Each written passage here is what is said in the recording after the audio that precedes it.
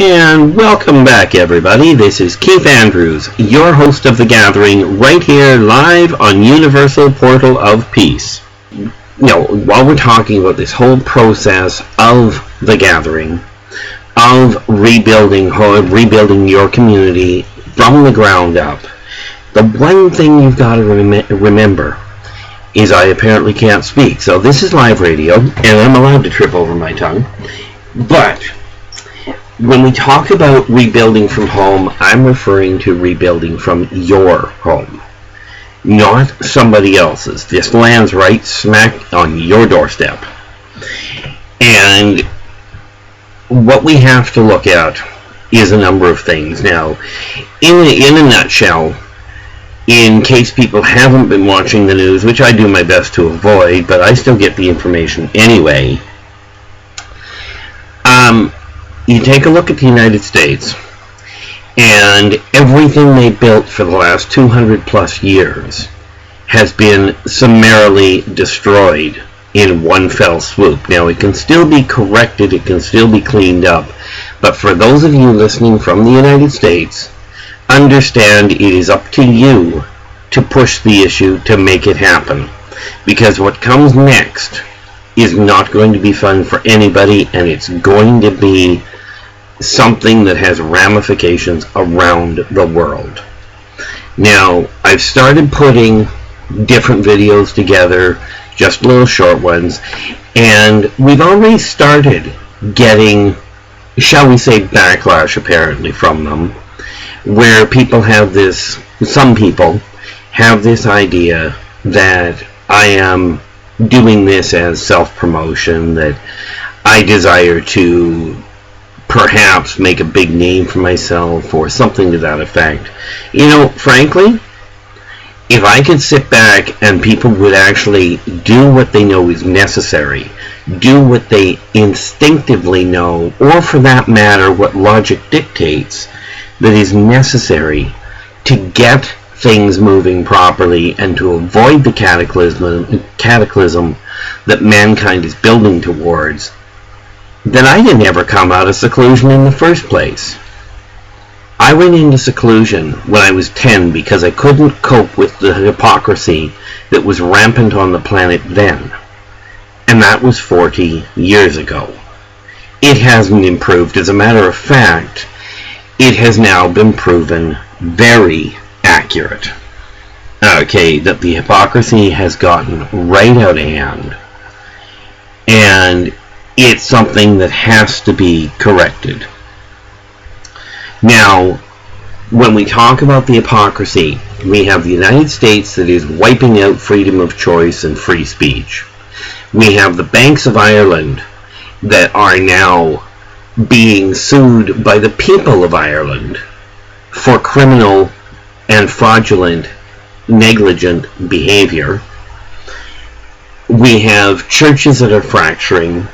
We have countries, including Canada, which, whether people want to accept it or not, is on the verge of a three-way civil war between the white people, the so-called First Nations, and the French people. And with that in mind, what is going to end up happening here, because there's more coming. Okay, China is fighting to hold together in the middle of what will be a civil war if they keep on their current path.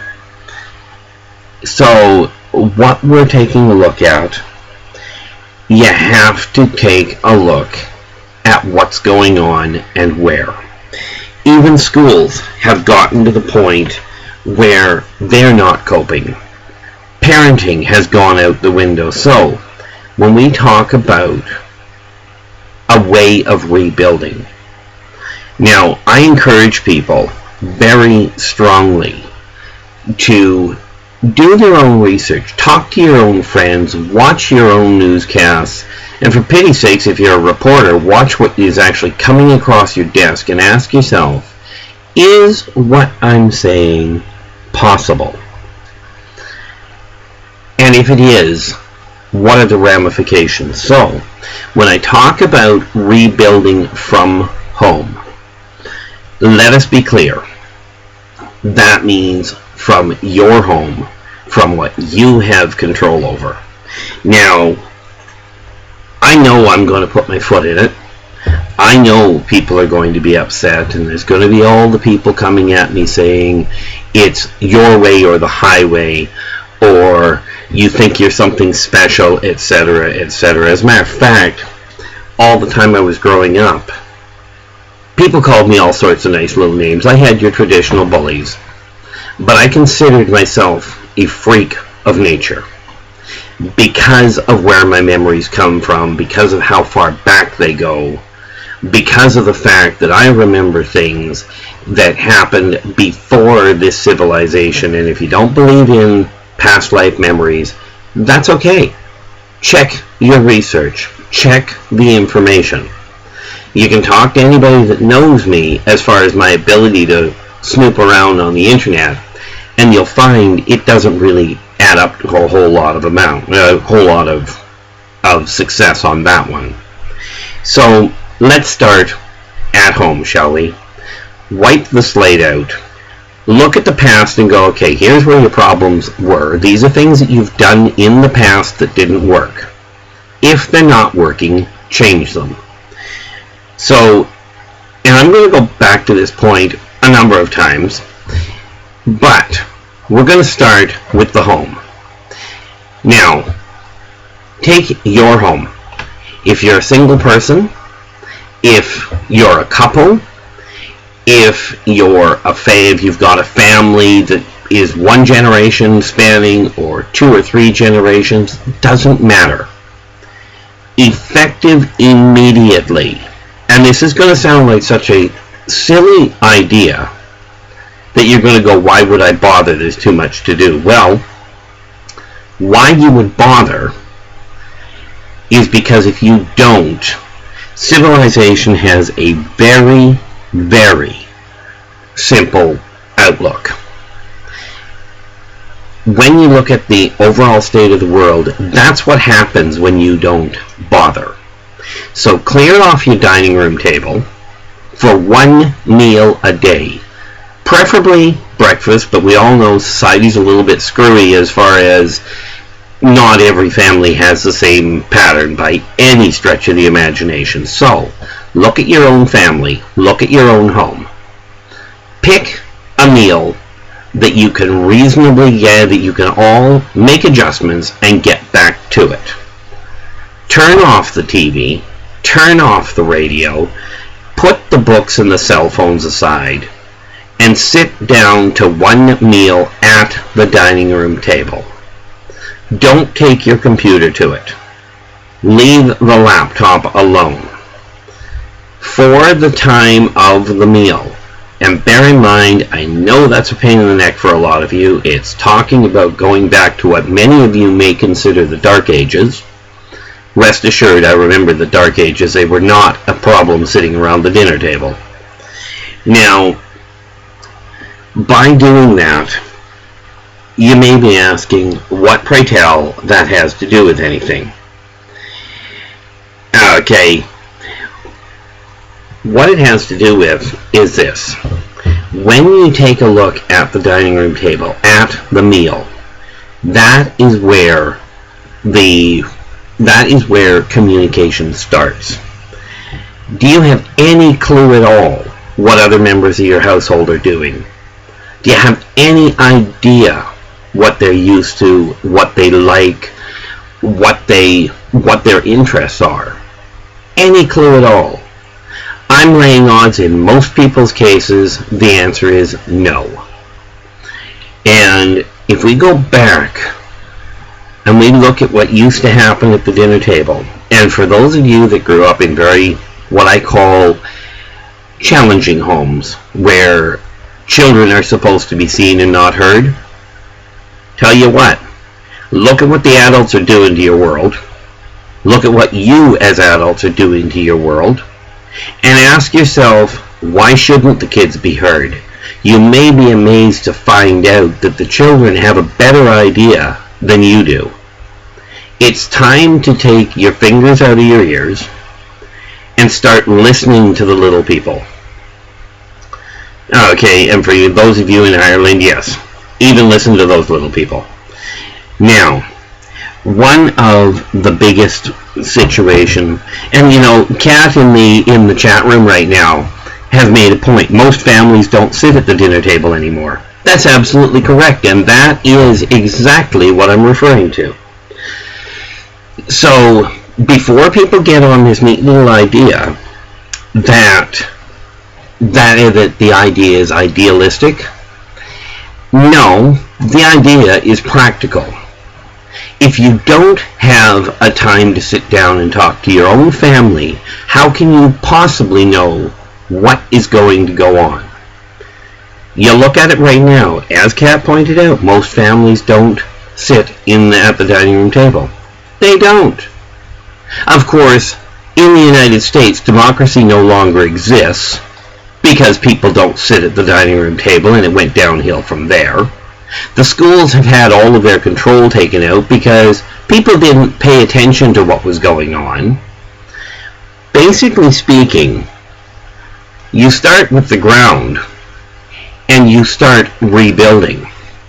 And you can look at it and go, it's not going to make a difference. Well, you're absolutely right. If you don't get back to the table and start talking to your own friends and your own family and the people in your household, and for pity's sakes, if you live alone, invite a friend over. Okay, better yet, let's scrap the other idea of don't talk to strangers and go with, how about if you invite a stranger over? Now, in many cases, because of the amount of fear people have, you might want to have that dinner on the deck. So, something to keep in mind here is I am talking about rebuilding. Before some genius in a power trip decides to light a firecracker and set this whole world at war. And bear in mind, with the path things are going right now, you are going to find something very simple. You don't have to believe me to see what happens. Turn on the news, or better yet, look out your front window. How many people turn a blind eye when a kid falls down? A simple accident. How many people totally ignore it, either because they don't care, they're too preoccupied, or heaven forbid, if they reach out to help the kid's adult guardian, so to speak, sues them for touching their child.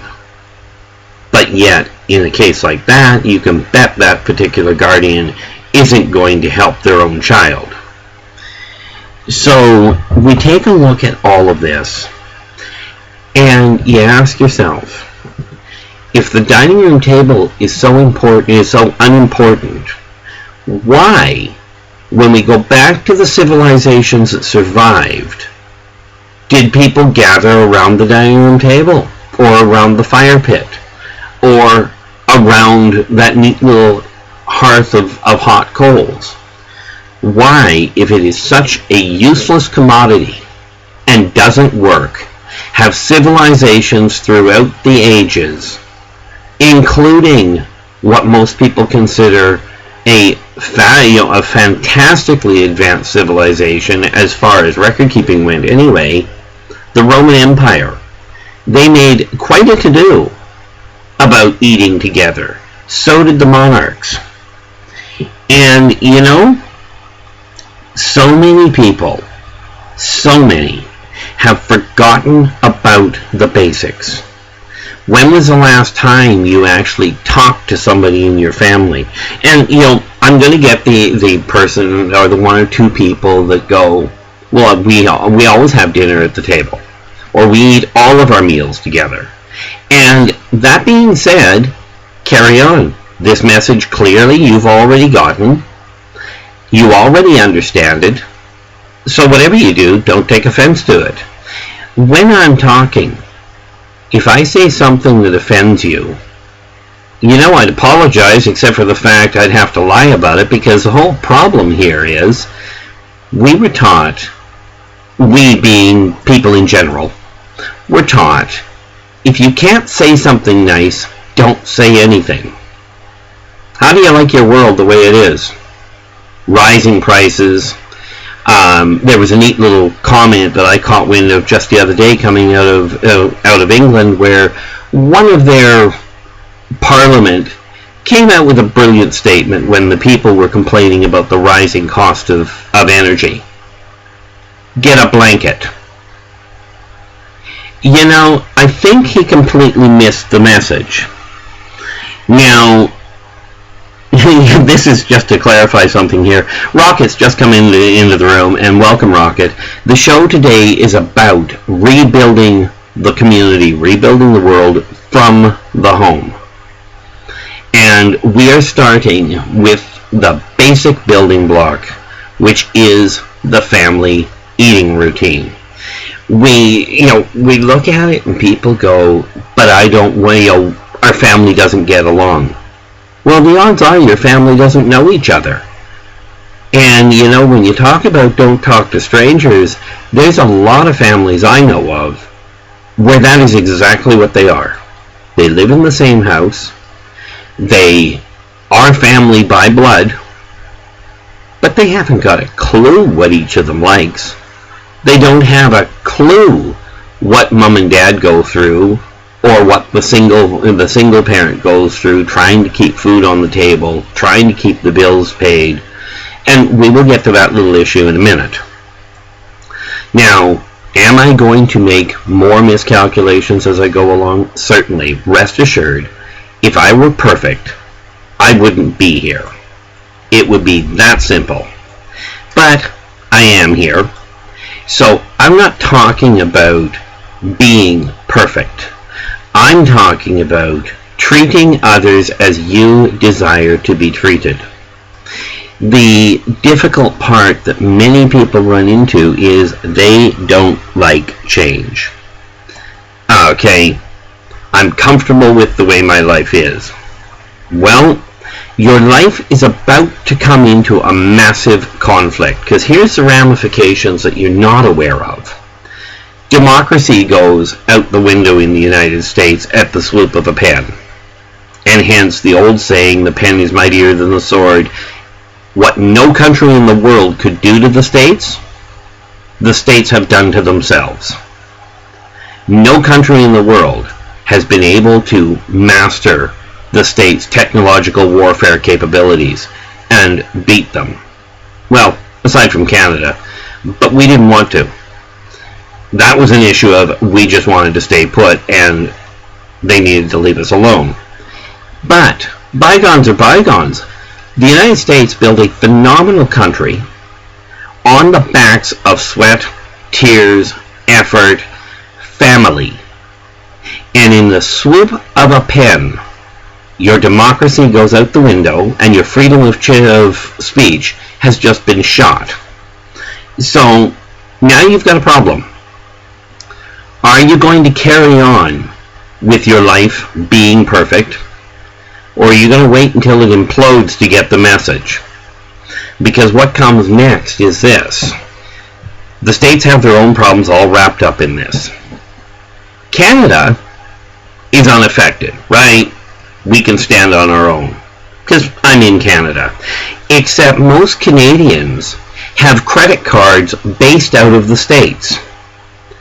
And with the states going into a tailspin, you better watch your credit cards, because you can bet they're going to start closing the doors on the credit cards, and all of a sudden, all that credit you had access to is gone, but you still owe the debt. So this is a side effect that is going to happen. The lawsuit that has been launched in Ireland against the Bank of Ireland is connected to the global economy, the global banking systems. And as this progresses, you can bet other people are going to get the same idea. And now, of course, some people are going to say, oh, you're inciting a riot. No, I'm warning you of it. The riot's already started. You can bet some people are going to figure out that if that bank is doing something wrong, it's a good bet the other major banks are doing the same thing. So here's the cure for that one in a hurry. People running the banks, get your head out of the sand and start doing what you know has to be done, because if you don't, there's going to be a problem you cannot compensate for. Now, when we take a look at the home, okay, and we are talking about rebuilding, I said start at the dining room table, and you'll notice I said pick one meal. Now, in some families, because of the demands of work, you may find that one meal a day is almost impossible. However, it is not impossible to pick one meal at least a week where you all sit down together, and if that means postponing your golf game for 1 week, or maybe changing the shift at work so that you can actually have a meal with your family. Don't go running off to your friends right after school. Come home to see who your parents really are. Okay. And now Kat has asked a question here. And she said, you said to leave the past in the past, but some people just won't leave it. So what do you think they should do? And that's a very complicated question, and just so you're aware, Kat, I will address it. We're going to be going for a break here in about a minute and a half, and I'd like to take a little bit more time on that question. So I'm not going to start it beforehand. Okay. Now, one of the biggest things that we have to take a look at is when we're looking at the dining room table. Okay, I know I'm not perfect by any stretch. I managed to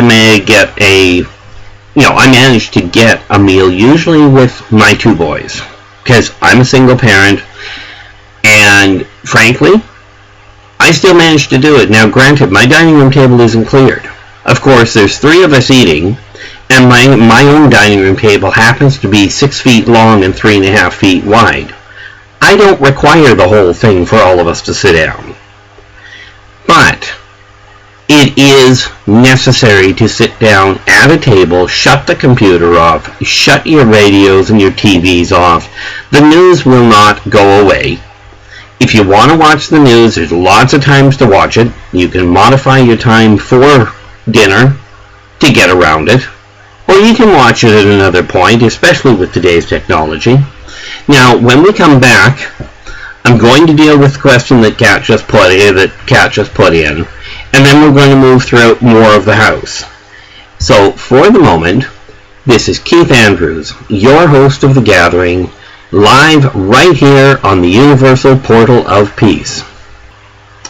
And welcome back, everybody. This is Keith Andrews, your host of The Gathering, right here live on the Universal Portal of Peace. And today we are talking about rebuilding the community from the home. Now, in a nutshell, there's a very simple set of problems we have to look at. And that is, the world is now in a crisis state. It has been suggested for decades. It has been foretold for centuries. And in my case, sad to say, in some people's eyes, never mind reading history, because I frankly don't, I remember it. I've watched civilization do all sorts of things, and for pity's sakes, do your research. Civilization on the whole survives for somewhere between 300 to 500 years for any given civilization. We've passed the 300-year mark. If you start with the Industrial Revolution, which is where things really started to change for mankind, we end up looking at it, and that was somewhere in the 1700s. So we're hitting the 300-year mark. And for those of you that are just tuning in, do your research. Pay attention to what you find out. Talk to the people around you. Talk to the seniors about just exactly what has happened in the past. Because the disaster that is going on right now is a massive problem. Now, this show is a 3-hour show. The problem is centuries old. And what I mentioned to the audience just before going to break that the past has to be let go. Now, do understand something very critical. There is a very, very big difference between forgetting the past and forgiving it. Now, I'm not soft-spoken, as you'll find if you take a look in our video archives in Universal Portal of Peace. You'll find I'm pretty direct. I'm a professional psychic, and I'm extremely direct when I'm talking to people and doing readings for them and helping them with where their life is heading. I'm also, contrary to popular knowledge, a pastor, or more to the point, I'm a reverend. Probably one of the most irreverent reverends you'll ever meet, because I will tell people in the church, ears on people, if you're spreading the message of my church is better than yours, let's go to war, you're spreading the wrong message. The truth of it is that working as a community is what makes society work. Now, before I get into the next section of this, which I mentioned, I did say I was going to cover, how do you deal with people or with situations where somebody won't let the past go? They just keep bringing it up. And I'm going to say something here before I get into that, and that is this. If I say something that offends you, well, sad to say, I probably hit a nerve.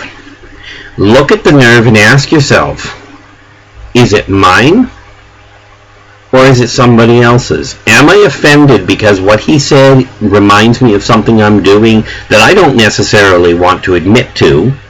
Or hopefully it's more, I didn't realize I was doing that.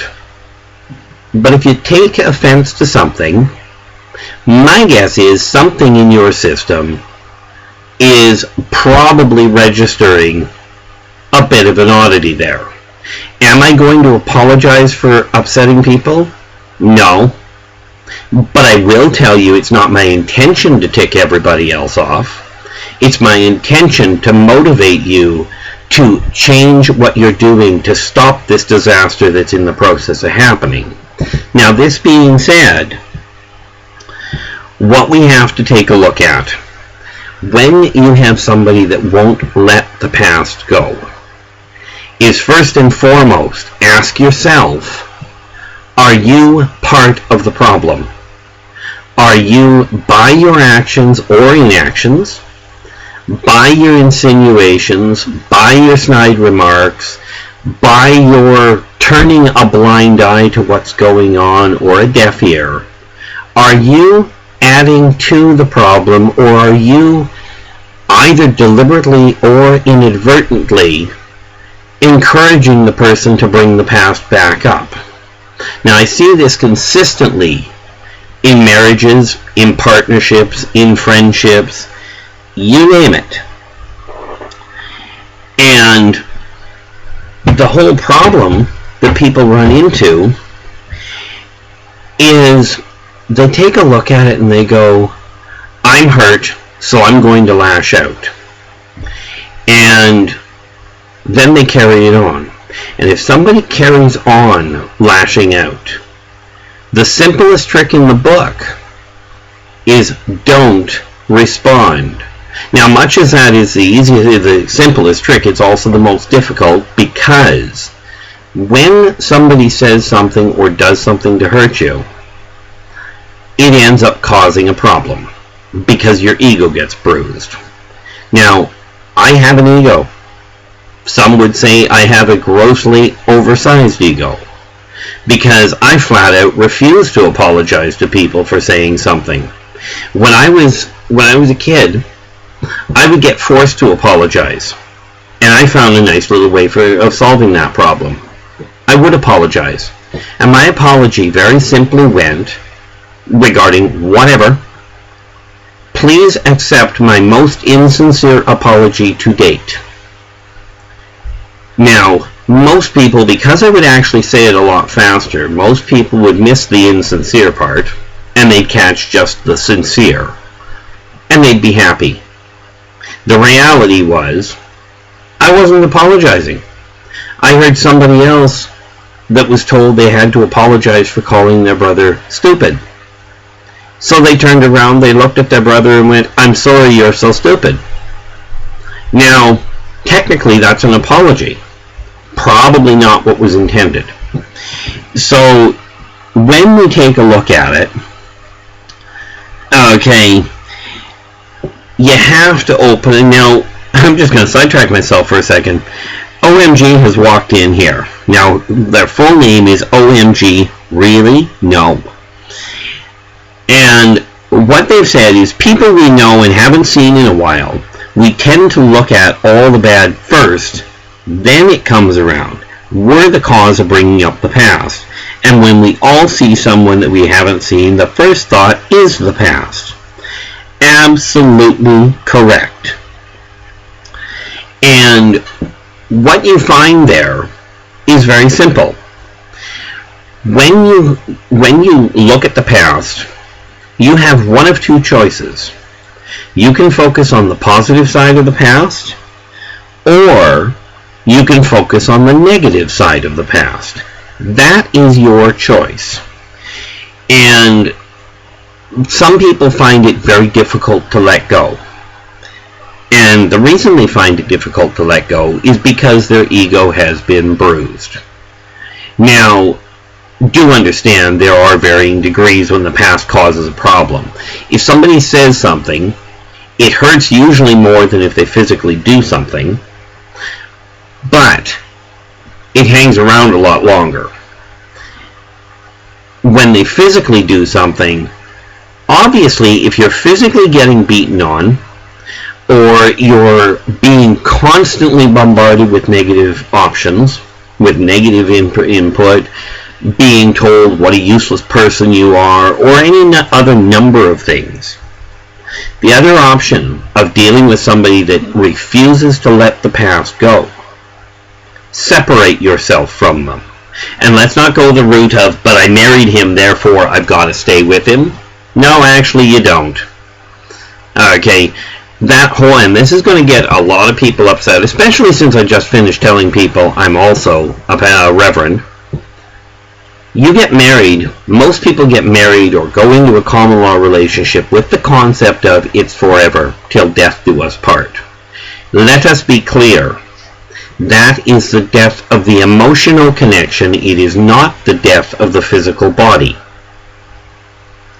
So you end up with a whole pile of things that you have to, well, you don't have to. Freedom of choice. Oh yes, freedom of choice. That's a wonderful thing until all of a sudden a government decides freedom of speech is no longer agreeable. Net result, freedom of choice is pretty much on the way out the door. Now, I'm not sure about you, but when you take a major superpower that has had phenomenal impact on the world around it, and they turn it upside down, you can bet the dominoes are going to fall. Now, anybody out there remember the day of the Tower of Babel? Welcome to the second run at it. Because this is going to have ramifications on the global economy that you people aren't even aware of.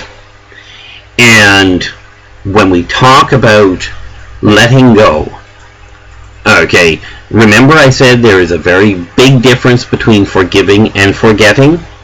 That means forgive the past. Everything that you have seen, heard, done in the past being the last split second, let it go. If it is negative, walk away from it. However, don't forget it. If it happens again, you deal with it head on. And we'll get to that in just 10 seconds. Now, I noticed a question was popping up here, and I want to catch it before it disappears. Kat asks, what if someone is just tired of being stepped on, so they put a wall up? So they put a wall up, we all get hurt. And that actually is, when you take a look at it, okay, there comes a point, first thing you got to realize is pointed out here by Carrie Nanchi, most people will go around a wall. What she wrote is actually, imagine most people run around with a wall up. That's the main problem. And Misha, who has just entered the room, and welcome back, Misha, adds to that, no matter the wall, okay, it's not complete. That's okay. No matter what the wall is, you can still see through it. You can forget all you like, but the wall won't stop the others. Walls never do. And for people that talk about you need to develop tougher skin, or you need to, just roll with it because words don't hurt. Well, I got news for you. Words tear people apart. Ignoring people tears them apart. How many people have been ignored and ended up dead because they committed suicide because nobody would even give them the time of day? So, when it comes to the past, here's what you do with the people that won't let it go, and for that matter, with you people that are having trouble letting it go. Literally, deliberately use that stubborn streak of yours that you're using to hang on to it, to change your thought process. When that anger starts welling up, immediately start thinking of something else. Every time I get a little lost and I think, well, maybe I should try that because, that's something I haven't tried before.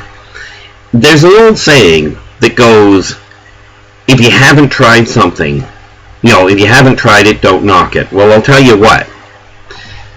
This lifetime I haven't been shot. I'm not going out of my way to try it. I haven't been beaten into a pulp. And I'm not looking to go out and try that either. Now, on the other hand, I did try ketchup with ice cream. That was a bad choice. Once was plenty. I'm not doing it again. Some people like it. When you're dealing with the past, okay, you have to look at your own family. Are you treating people, including the people from your negative past, the same way you desire to be treated? Now, here's where we go into a circle, and I'm going to kill the circle right away. Okay. If one deals with a problem head on when it resurfaces, the past comes up. Absolutely it does. Absolutely. And we can go back into that circle and go back into the same fight, or you can deal with it and go this way. The past is something from your past comes up, you don't like it. You have one of two choices. Go back into the past, or you look at it and go, this is the same as it was. Go away. And you separate yourself from the person, or from the event, or from the food stuff. Whatever it is that the past brings up from a negative, if it's going back into the same cycle, the best way I ever personally heard it put was by Bill Gates. And I think somebody said that it was said by Einstein before him, where he said, repeatedly doing the best way of describing insanity is repeatedly doing the same thing over and over again and expecting a different outcome. So if an issue comes up that brings the past on a negative front back to mind, terminate the connection with the individual or with the situation. If you're married and you're still having the same problem with the marriage, regardless of what the people around you tell you, if you cannot be comfortable in a situation, extricate yourself. Take yourself out of it. And here's a nice little one that I just found out just not too long ago, as in September 24th. I've talked about my past, and most people said it sounds like a science fiction movie. Yeah, it really does. And then on the 24th of September, I had a massive massive heart attack. I ended up in the hospital. And the past came back to bite me in a real hurry. I found out I suffer from post-traumatic stress, triggered by the hospital. Now, does that bring up all kinds of memories? Oh yeah, some I wasn't expecting. Some I certainly am not looking forward to dealing with. I can no longer walk down the hallway of a school without suffering from that event. You think that's making me happy about what happened? Because all that does is tells me that my memories were more real than I had dared fear, not hope. So when when things get to the point that you try killing yourself, and there's lots of people out there that have done it, which by the way won't make any of you feel better. There's two things that cause it. One, no hope. You can't see a way around it. Well, the reason you've got no hope to start with is because no functional communication in what you call your family unit in the first place. Hence, we come back to the dining room table being a critical point. When you, and as I told one attempted suicider, when she got to me and she mentioned that she had tried committing suicide, as I told her, it's kind of an entertaining little situation, but I looked at her, she said, I'm so depressed I tried committing suicide 4 times. I sat there and I says, well, that is depressing. He says, you tried 4 times, you can't get that straight either? That's depressing. If you've tried suicide, number one, I do feel for the fact that you felt that desperate. And that being said, you do require somebody to talk to. That is one of the biggest reasons why the gathering got started, was to get people to start talking to each other. And, the unfortunate part is that, Misha's pointed out, it's called living in the past. And it is. When an issue from the past, a negative issue, comes up, and it brings all those memories back, it creates incredible complications. And you do have the choice. You can relive those, or you can go, I've already tried this experience. I've had this one. I'm not taking it anymore. If there is a problem that you cannot put the past behind you yourself, which, by the way, if the past comes up because of something somebody else says, and you're reacting to that past, then frankly, you're the one that's got the problem for you. They've got the problem for them, but you've got the problem for you. And unfortunately, we are talking in gross generalities here, because everybody is different. And I could give you countless stories of people that told me they were different and that it didn't apply to them, that my methods and my outlook was completely off kilter. I had one client that was quite seriously a violently vindictive, shall we say, well, she was a violently vindictive kleptomaniac. She also suffered from MPD, multiple personality disorder. And I managed to get her, by talking to her in a different way of looking at things, to see a different side of things. And we managed to get her turned around where she was no longer stealing from people, but she was helping them. Now let me ask you this, for all our listeners out there.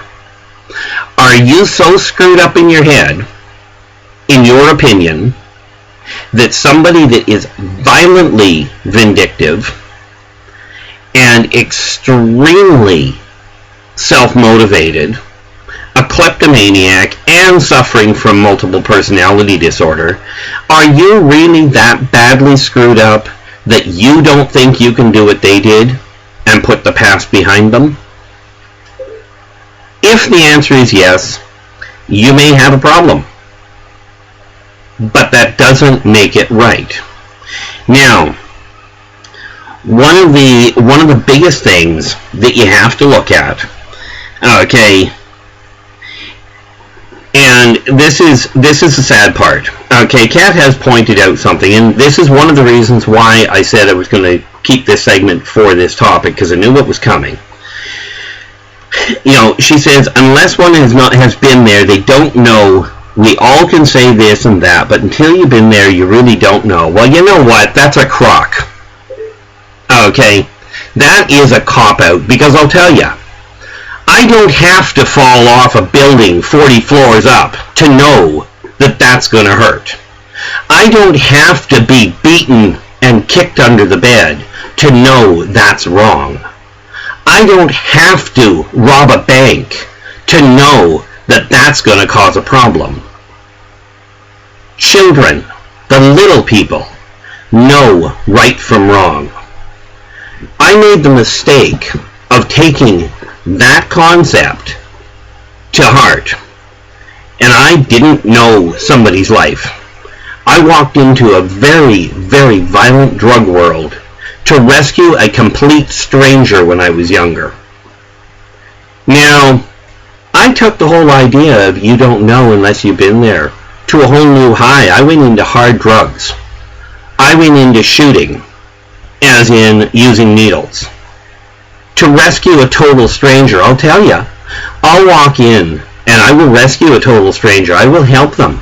But I'll be danged if I'm going to go in.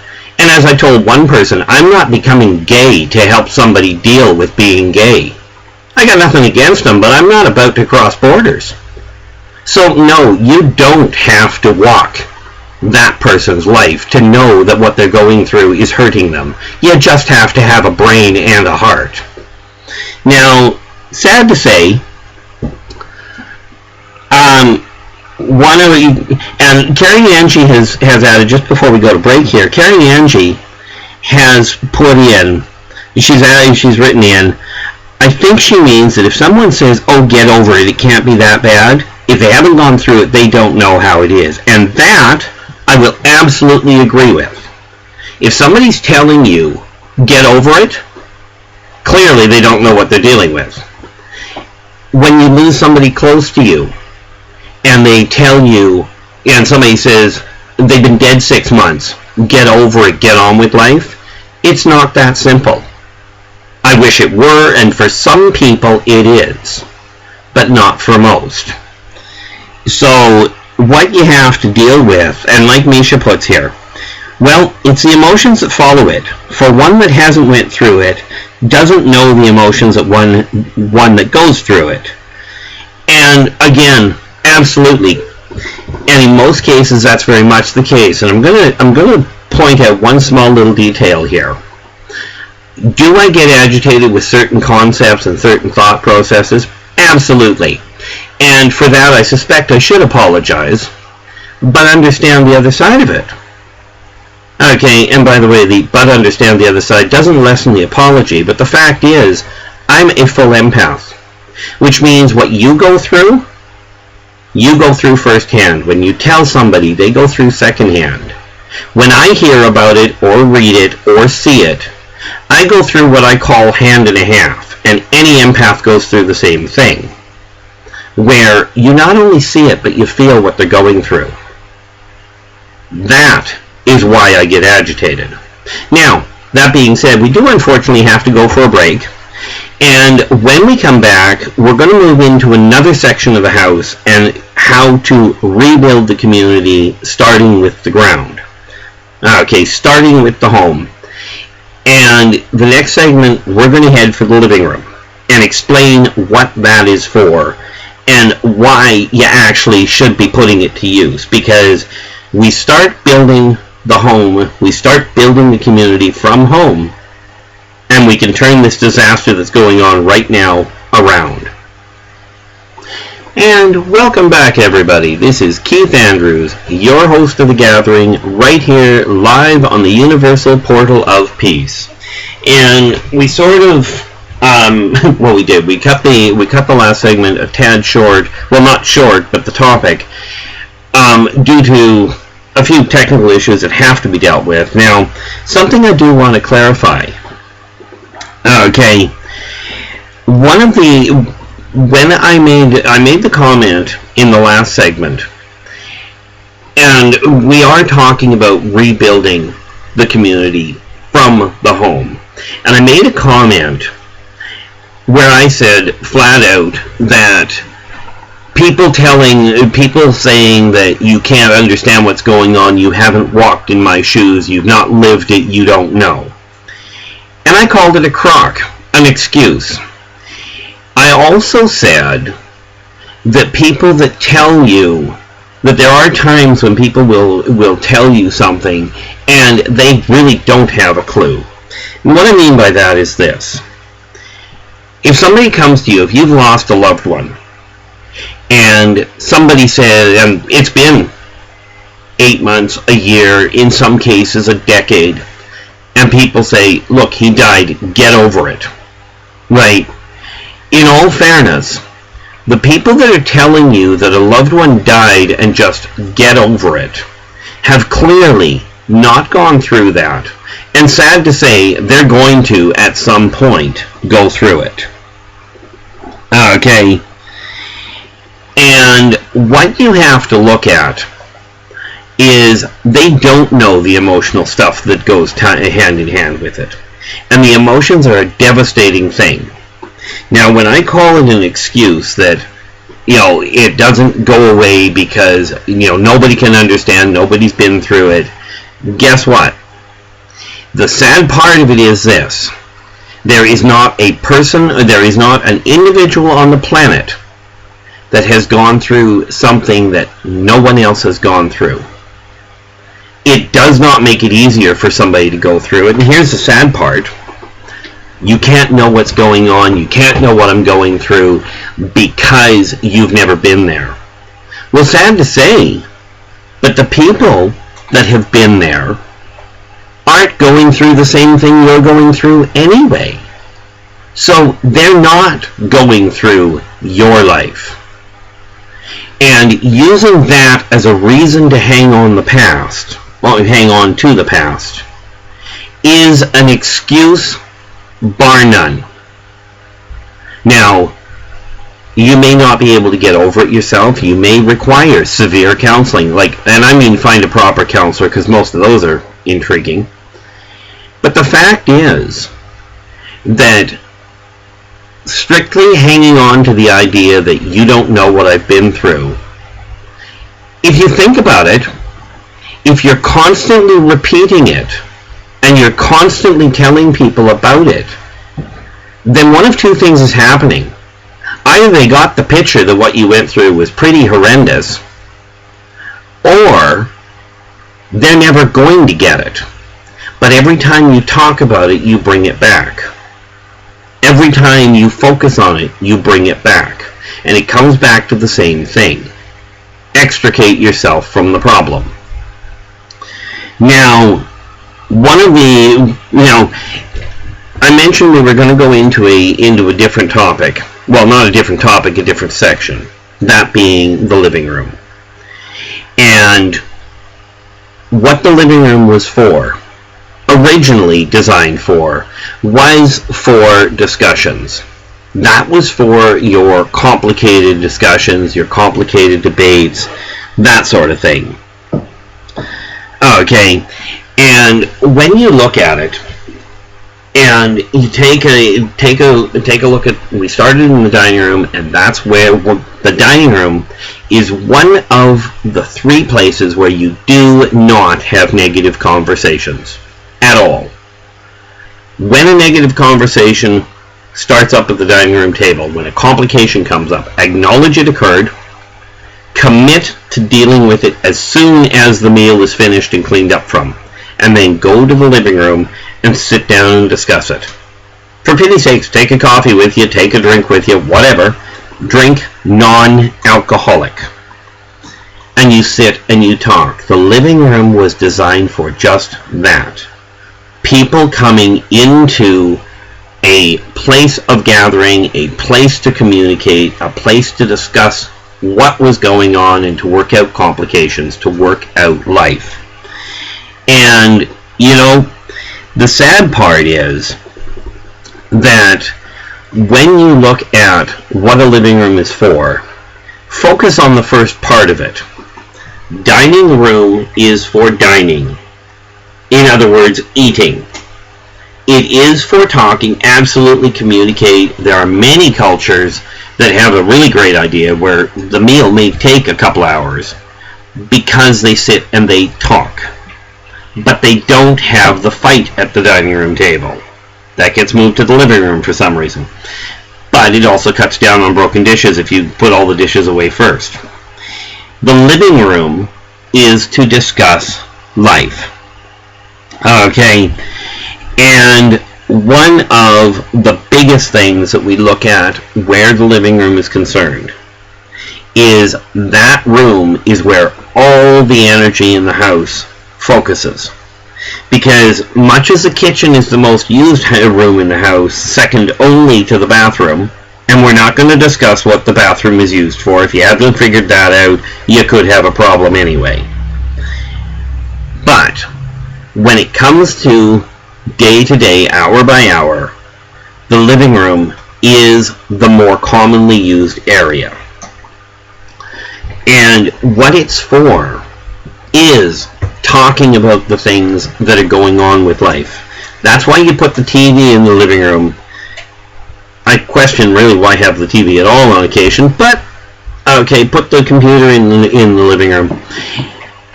But that's where families gather. That's why it's usually the biggest room. And what you have to deal with from that standpoint, okay, what you have to really focus, okay, what you really have to focus on is you have to take a look at it and turn around and go, okay, we're going to build our home, which means the living room is now where we're going to have discussions. We're going to have the complications. Okay, and you know, the reality is everybody has a past. I am going to make more miscalculations than I care to count. And am I going to apologize for every one of them? Not a snowball's prayer. Because understand something. My memories date back well over 26,000 years. Well over. And I remember seeing things, and for that matter, doing things that are absolutely horrendous. Now, Misha has put in here, I've changed for me. The only person anyone has to change for is themselves. No one else. No one else matters when it comes to your future. And in all fairness, that falls under karmic law number 1. You must be true to you. That is the critical issue. Okay. And what you really have to look at, what you really would be wise to look at is, what kind of a home do you desire to have? Okay. Kat has added here, one needs to be happy with them no matter what people think, but it can be hard. And I'm pretty certain that she means one must be happy with themselves, and that is absolutely correct. And you know, I made a comment the other day to my other half, and I told her flat out, I'm not happy with what I'm becoming. And the reason for that is, this isn't the position that I'm standing in right now. This is not the position that I was aiming for. And Cass just verified that, yes, that was what she was getting at. If you're not happy with you, you're going to have a hard time dealing with anybody else. But the reality is, it doesn't, in the long run, matter if other people are happy with you if you're not happy with you. But here's the switch. Okay, and this is where it can turn around a little different. Many people suffer from low self-esteem. And many people suffer from extremely low self-confidence. But sometimes what can happen is you can borrow the confidence of somebody else, borrow the confidence somebody has in you, to bolster your own confidence long enough for you to develop your own self-confidence. Self-esteem has the same ability. Now, do understand that, now, Kat says, I take my kids for a walk when I want to have a talk one-on-one because it may have nothing to do with anyone else. And that is absolutely the best thing you can do. The living room is designed for groups, for people, or like for the whole family or the whole household utilization, not for the issue of not for the issue of taking a strip off somebody or discussing a delicate matter. There are times when a child will want to talk to a parent or to a sibling but doesn't want everybody else involved. And going to a different area, i.e. going for a walk, going to a quiet room where you can talk, absolutely, definitely encouraged. One-on-one communication is critical. The purpose of the living room is for family building or for household operations.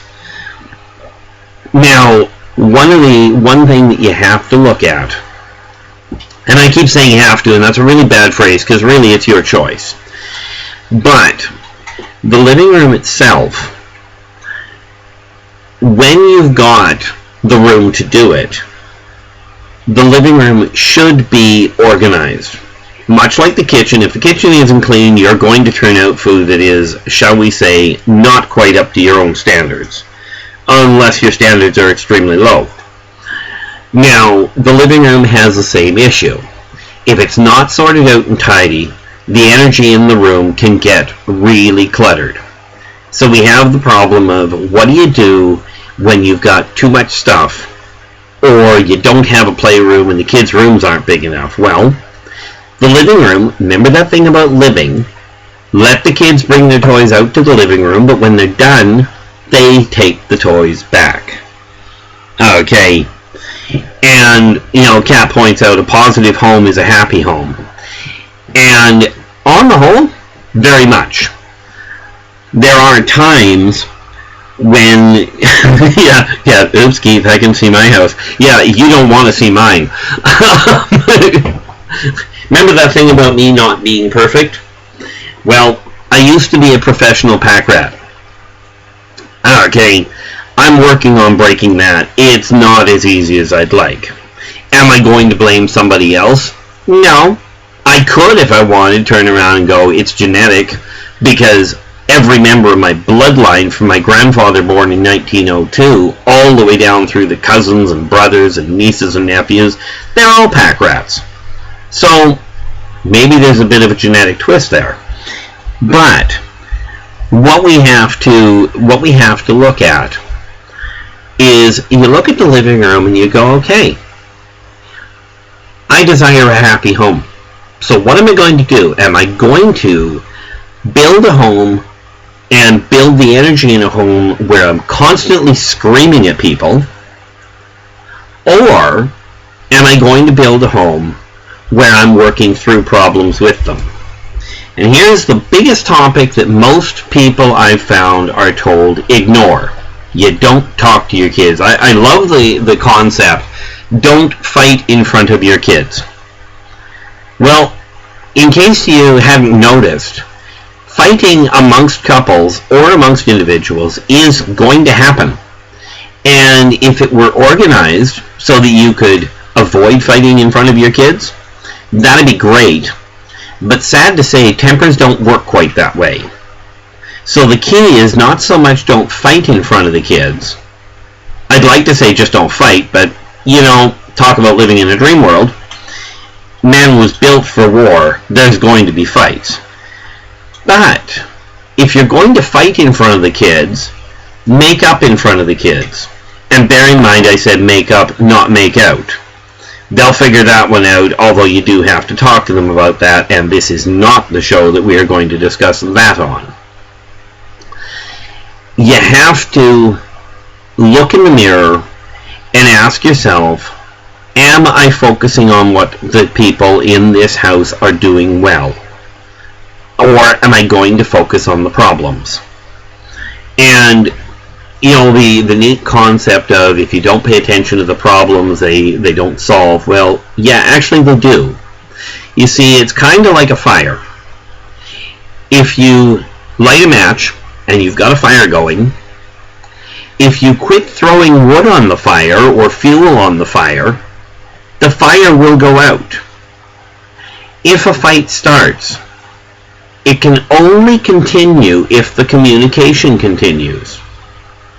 So, if one party, or preferably both, literally quits speaking, physically if you have to, leave the room, but you don't say anything, the argument will die. You know, Carrie Angie has put, yeah, I'm not quite certain there. She goes, if he has permission, then he will. He can, but he won't unless it's really beneficial for you. So I'm not 100%, that's obviously from something I said, but I've got a very short-term memory. Now, Kat goes, Pro and I picked and chose what we argued about in front of the kids when they were young. Yeah, and my hat's off to you. I didn't. When I was younger, and I got mad, I didn't think about who was in the room. Matter of fact, I'm 50 now. I still don't think about who's in the room. I was at a restaurant the other day and I got annoyed. I didn't think about whether or not there were other people in the room. I simply let everybody know I was no longer happy. So one of the biggest things that I look at is this. There is not a person on this planet that I'm aware of that is perfect. But everybody has potential. Okay. And with that in mind,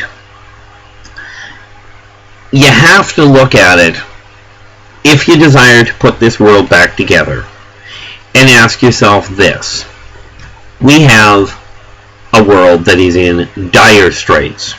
It is not caring one way or the other what color you are, what your bloodline is, what your blood type is, how big your bank account is, what color your skin is. It doesn't care who you call God or what you call God. The world is in serious, serious trouble. Now, I've been accused of touting my own horn and claiming that I have all the answers. If I had all the answers, rest assured, this planet wouldn't be in this shape. But I don't want control. I have it right now of this station because, well, it kind of ended up that that's the only way I could get things to move that made sense. Now, this is a job. Turning this world around is a job that is not for one person. Do I have all the answers? No. Do I have to make the final decisions in this room? The answer is yes. In your living room, and this is, a lot of it is for the children out there that happen to be listening, or the tenants that happen to be not happy with their landlord, or the person that doesn't like their boss. Understand, the person who owns the ownership, who pays the rent, who pays the bills, who employs you, they have the final say as to what goes on in that location. Whether you agree with it or not doesn't matter. Okay, it really is an issue from your standpoint, a focal point of understanding. You don't have to agree with all the laws that are in place. But you do have to follow them. That's why they're called laws. And karmic law does dictate you must follow the law in the land in which you are. Starting with the home, that means the one that pays the bills is the one that has the one whose name is on the ownership papers or on the rental agreement, is the one that makes those laws. And therefore you have to pay attention to them. So if the owner of the house says, we're going to have a family time and we're going to rebuild our family now, and we're not going to talk about last week unless it was something good or something critical that yet has to be dealt with, but we're going to focus on the positive, and we're going to commit to starting on a positive note, dealing with the negative things in the middle of it all, and ending on a positive note. By doing that, you change the energy of the people that are leaving your home. And if you send positive energy out of your house, then you're adding positive energy to the community. If you send negative energy out of the house, guess what you're adding? So you have to take a look at it. Okay, you have to open doors. You have to ask questions, and yes, that means talk to strangers. I'd lay odds most of you out there are strangers to your kids. They don't know what makes you happy. They don't know what ticks you off. They sure find out when they step over a boundary, but far too many people turn a blind eye now. Want an example of what the blind eye syndrome does?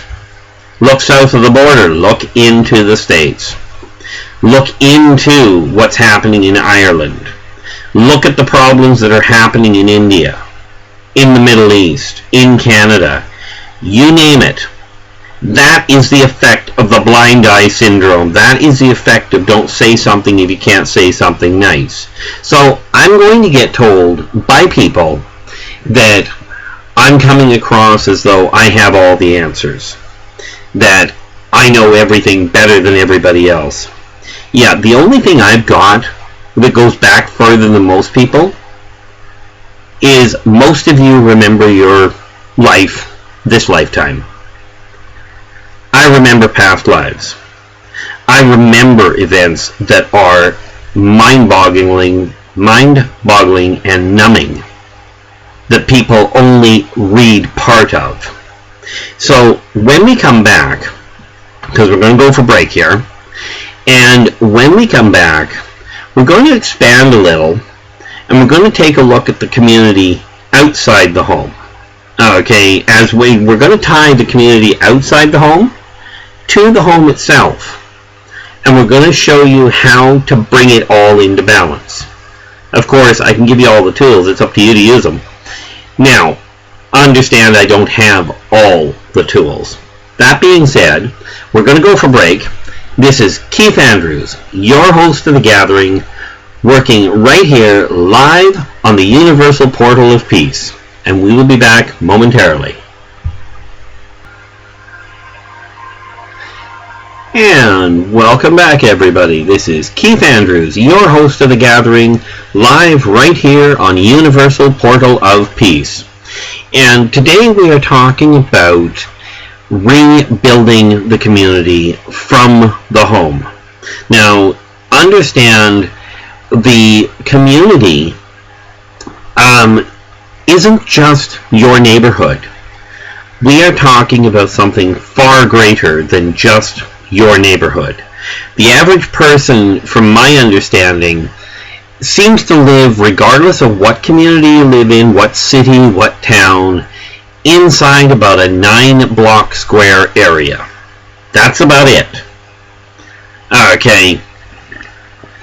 So when you're talking about your little community, you may live in the biggest city in the world, and you still probably don't know the people on the other side of it because they're not in your area.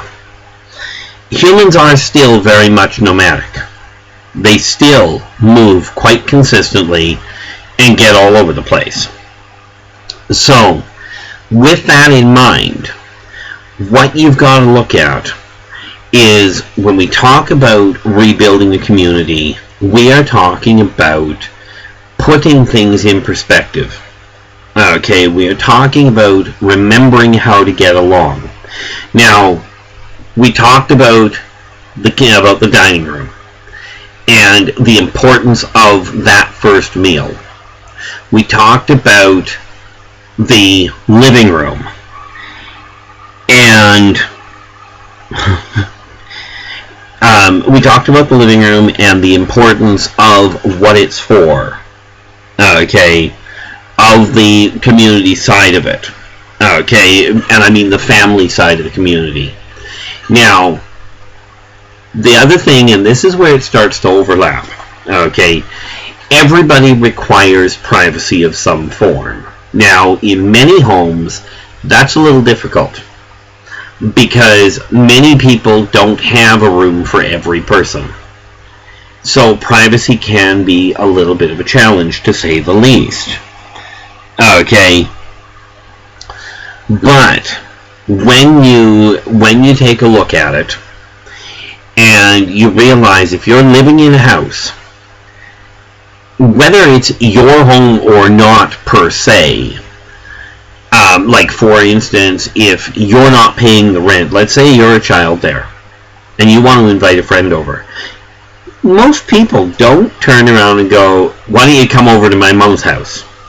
Or, I'd love you to come visit me at my dad's place. Even in broken homes, where the parents have split and the kids are jumping between the homes, people don't turn around and they don't turn around and say, come see me at my landlord's place, but I'm in, room whatever. They say, come over to my place. So, if you're living in a home, if you're living someplace, it's your responsibility to help keep it clean. If you move something, put it back. They're pretty cut and dried ideas. If you dirty something, clean it. If you're not capable of cleaning it, let's face it, if a 2-year-old spills ketchup on the floor, although it could be entertaining watching them try and clean it, you're probably going to have to clean it up after them. If a 16-year-old spills ketchup on the floor, tell them to do it. And for those of you that have this brilliant idea that, I'm trying to make life easy for them, that's great, except for the fact that they won't have the tools to live. And if your job as a parent at that point is to teach them the tools to survive. So when you're living in a home, help with the cleanup. And can we scrap the concept that housework is women's work? Housework is not women's work. I saw it posted really nicely for the bachelors out there that figure that housework is women's work, or the single females that go, I had to clean up all the time I was home, somebody else can do it. And the way the post essentially read was, if you live alone, my guess is there aren't any toilet fairies around to clean your toilet. Okay, so it really does boil down to a very cut and dried issue. Okay, when you're living in an area, pick up your own mess. Don't go walking around the house, drop your clothes on the floor, and figure somebody else will pick them up.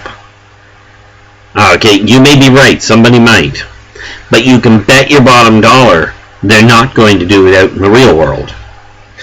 And if you want proof of that, take a look at the amount of litter on the streets. Now, this is where things start to cross over from the home to the community.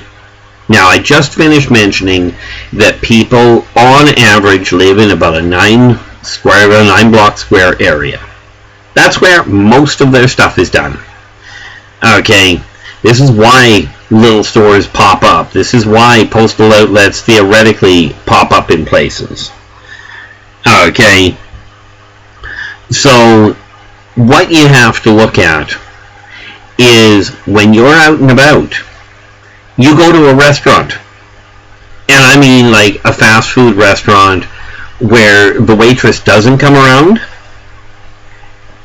Don't make the mistake, and I've heard people say, well, I leave it there because they're paid to pick it up. So what? They're paid to pick it up, and you're still the one that made the mess. Move your own garbage to the garbage can. The staff is there to keep the place clean, yes. But understand something, and I made this very clear when I was literally my first job that I ever held outside the home. I was told I was paid to clean up too. And I had a lady in a ball gown cleaning up broken glass that she deliberately broke. And my boss told me that I was paid to clean up, and my immediate response, and I'm not sure why I didn't get fired, was I looked at him in front of her and told him I was paid to clean it up, yes, but I wasn't paid to babysit drunken buffoons. The staff at fast food restaurants, at cafeteria-style restaurants, yes, they are paid to clean up, but they aren't paid to clean up after slobs. If you want to be a slob and leave your food around and leave the garbage on the table, do everybody a favor, except probably yourself. Stay home. If you're in a restaurant where obviously the dishes have to be taken to the back end, then what you do there is stack the dishes as best you can safely on the table. You are absolutely right in a case like that. You know, in a restaurant, that they are paid to clean it up, and frankly, you can't very well take it to them. So this is just a matter of courtesy. Treat others as you desire to be treated. When you're walking along and you have a candy bar, don't be stupid and drop the wrapper on the ground. Okay, because here's the reality of it. You're absolutely right. One wrapper doesn't matter. It really doesn't make that big of an impact. Put 100,000 people all dropping one wrapper on the ground, you may have a whole different ballgame to deal with. And then you get to sit down and complain that the place is a mess. The garbage people aren't cleaning it up. Well, no, that's very true. They haven't gone around and cleaned it up. But on the other hand, they also didn't put every ton of garbage on the ground. That was partially your doing. Now, for those of you that have this brilliant idea, I'm in too much of a rush, so I have to get places in a hurry. Well, probably do. But throwing your garbage out the window in spite of the signs that say you may be fined isn't going to help you get there any faster. You know, you take a look at it, and I watch it constantly, and bear in mind, like I said, I've got memories that date back staggering numbers of years. I remember the bubonic plague. I didn't read about it, primarily because I hate reading, but I do remember it. And it wasn't all the giggles and chuckles and somebody walking down the street going, "Bring out the dead, bring out the dead." Rest assured, that is not the way it went. It sounds great, and Hollywood did a beautiful job of making it sound great, but the horror of that time is something that will haunt me until I drop dead again. Now, again, then unfortunately I get to remember that anyway. But Kat has put in, Mother Nature is crying because of what people have done to her land. It's not our land. And that is very much the case. And, you know, it doesn't matter who you are, what nationality you are, what your bank account looks like, what bloodline you come from, what heritage you've got, doesn't matter what gender or what orientation you are. You're going to die sooner or later, and eventually you'll die and stay that way. And whoever's left behind has to deal with your mess. Now, absolutely, Rocket points out, look at Japan leaking nuclear waste. Okay, and here's the funny thing. Misha says, maybe I'll become Wicca for Mother Earth. And here's the funny part, Misha. Although that's a great choice if that's the direction you choose to go. But you don't have to become Wicca to help Mother Earth. Okay, you don't have to change your religion. You don't have to change your hairstyle. You don't have to change your dress code. You simply have to start treating her with respect. And let other people know that they are treating other people, that they require treating other people with respect. And this is where I get into trouble. Because now I'm going to tell, and this is for the young ones out there, if an adult is treating you with disrespect, that concept of respect your elders is basically overstated. Respect is not a right. It is a privilege. If you are being treated with disrespect, it doesn't mean you should disrespect them, but it does mean you don't have to be absolutely answering to them from the standpoint of being polite. If they're being rude to you, go back to karmic law number 1. Treat others as you desire to be treated. If they're being rude to you, they're giving you permission to be rude to them. Now, before you take that to extremes, a father that says, go to bed, is not a bully. A mother that says, clean your room, is not a holy tyrant. Okay, what it is they are helping you. Helping? So much for English. Okay, one of the people, one of the things that you have to deal with, okay, is you have to look at the way that they are treating you and ask yourself why. If you're under the guidance of another, if you're living in a community or in a home, and the owner says, this is what has to be done, by the way, and this is a little bit overgeneralized, but providing it is fair for the age of the person that is being dealt with and their capabilities, those are the rules. You don't have to like them, but you do have to follow them. That's where it can get very confusing on occasion.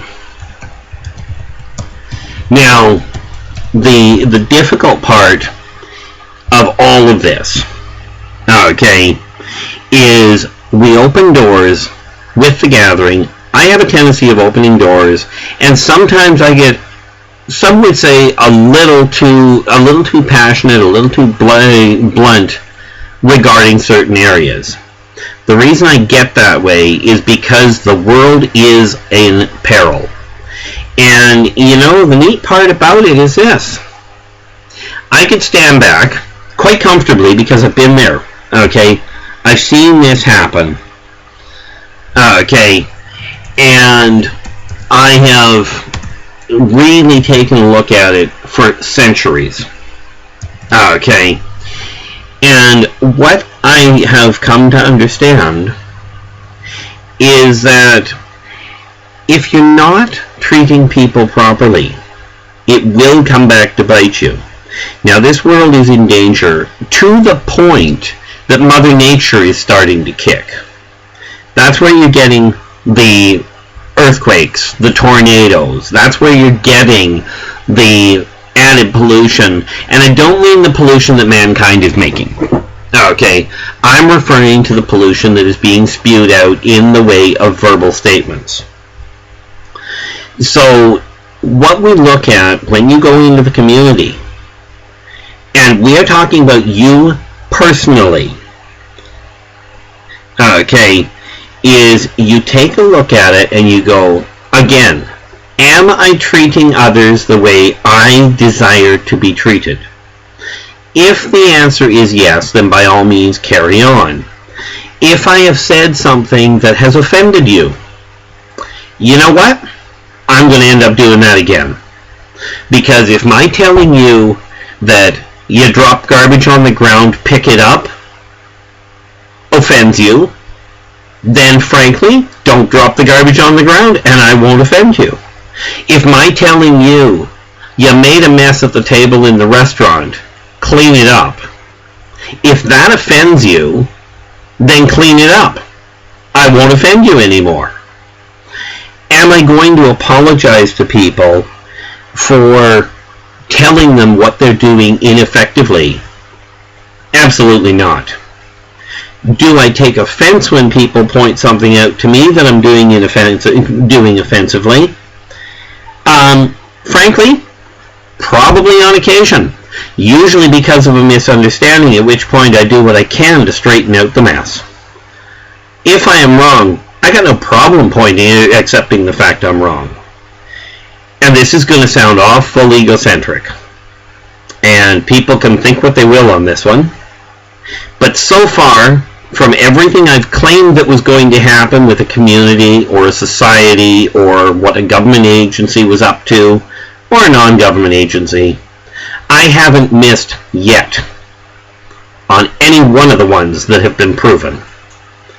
Now, this being said, what I'm talking about is based on decades of being right about what you're heading into.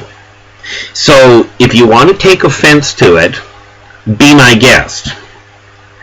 Maybe my offending some of you, especially some of you CEOs that seem to think that because you're a CEO that you shouldn't have to pick up a broom if you've got the time. You know, the people that I watch kids. I actually handle traffic at an elementary school, and I watch parents almost run over other people's kids because they don't pay attention, or, and I hope this isn't the case, they don't care. Now, if you're one of these people that goes, there's a school zone, I'm just going to go toddling merrily along my way, and the school zone says 30, but, you know, I'm in a hurry, I'm going to do 50. You know what? If I offend you by telling you you're breaking the law and you're being stupid, and you're driving recklessly, and if that offends you, well, I sure ain't going to apologize for it. If you're walking by a sign that says, no dog, no dogs permitted, and I point it out to you, and I offend you because I bring it to your attention that you're about to, or that you're already breaking the law, I'm not going to apologize. And if I am standing there and talking to somebody of any faith, and they tell me that their faith is the faith and all others are wrong, and I tell them, go back and read their Bible, and I offend them because I tell them they're dead wrong, I'm not about to apologize, because in every religion that I've looked at, and bear in mind, I have Bibles from almost every religion I know of, and they all say essentially the same thing. 1, be nice to each other. 2, treat each other as you desire to be treated. And 3, God is known by many names, and God loves all the little children. And bear in mind, even if you're a VAT job out there, you're still a child of somebody's. By the way, a VAT job means you were born in a test tube. Now, the whole part, Kat has just written in here, my neighbor's son almost got hit by a car. Whoa. I'm thinking that's a little bit odd. I'm hoping I'm reading this wrong, Kat, but what you wrote was, my neighbor's son almost got hit by a car because she was in the house.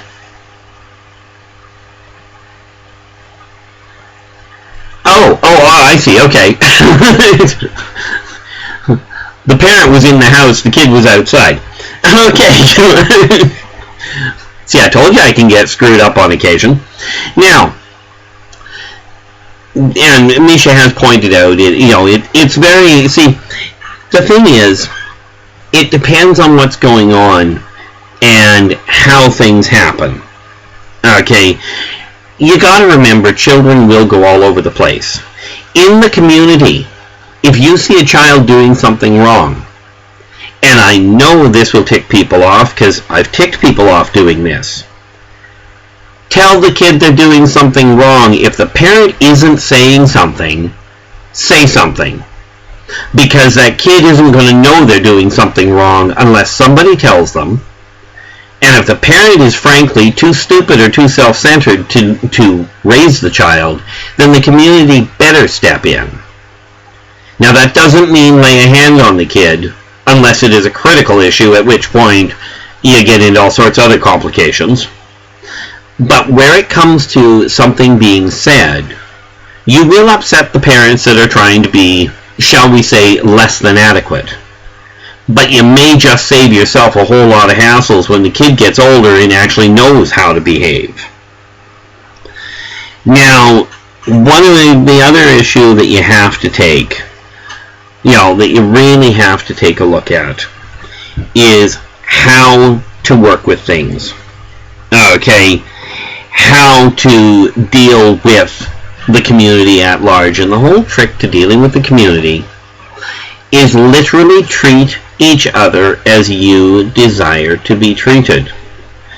And if that doesn't work for you, well, frankly, you're going to get people upset with you. That's just the way that's going to go. Now, we're about to go to break here again. And we do this, like I said, we do this every half hour, and we're going to see about getting something a little different going on and what have you. But for the moment, this is a matter of technical annoyances afterwards. So we are going to take a break, and when we come back, we're going to talk about the community and how it fits into the bigger community of the city that you're in. Now, for the moment, we are going to take a break, and that means this is Keith Andrews, your host of The Gathering, live right here on the Universal Portal of Peace.